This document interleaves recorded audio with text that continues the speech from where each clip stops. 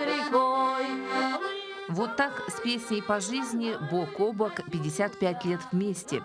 Татьяна Михайловна и Михаил Трофимович приехали в Кочекадзе в 1970 году с двухлетним сыном, и маленькая якутская деревня стала для них родиной на всю жизнь. Я довольна, что я здесь живу. Ой, и никогда не пожалею, откуда я приехала. Никогда в жизни. Да, это моя родина, я так и говорю.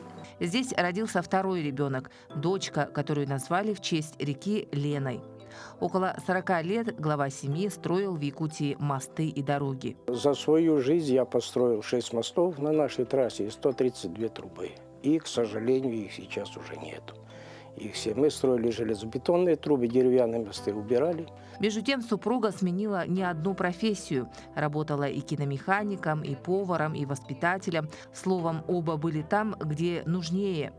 Самоотверженные и преданные не только в работе, но и как родители. Папа был дорожник, хорошо зарабатывал. 700 рублей зарплата, и он отдал всю эту зарплату. Мне привезли немецкий аккордеон из Москвы. И вот я на этом инструменте играла, наверное, лет 20. И старания родителей не пропали даром. Дочь Елена стала преподавателем и научила музыкальным азам не одно поколение местных мальчишек и девчонок. Ну, а то, что пели мы всей семьей, это всегда было в семье. Песня, это для нас в семье, можно сказать, главное. И все-таки главное в этой семье – любовь и уважение. Он уехал в отпуск, а чуть с ума не сошла. А то слышится его голос: «Таня, Таня, иди сюда». Это уже я не знаю, как передать, но это сильнее, чем любовь. Это и непривычка, это родное твое, понимаешь, родное. При этом оба супруга очень разные по характеру. И именно в этом, по словам дочери, и заключается секрет их долгой семейной жизни. Если бы они были одинаковы, они бы, наверное, не жили бы. Да, наверное, любовь тоже есть все равно, потому что 2 дня дедушки нету, бабушка нервничает. Просто был такой вопрос, говорю: мам, вот кто-то, может, из вас первый уйдет, она говорит: я дальше жить не буду. Они собираются у меня умирать вместе, то есть не по одному, а сразу. Перенеся в прошлом году тяжелый ковид и выжив благодаря заботе друг друга, они сейчас точно не собираются умирать.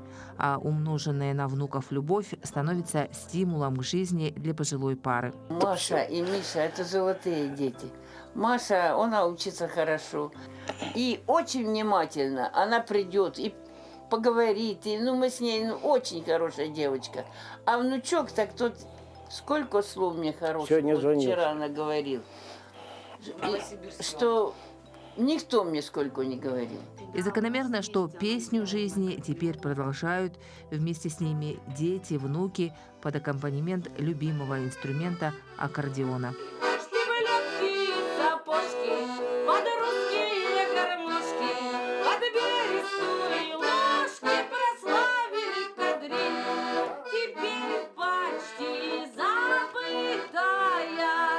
Туяра Филиппова, Арсен Степанов, село Кочекадзе, Хангаласский улус.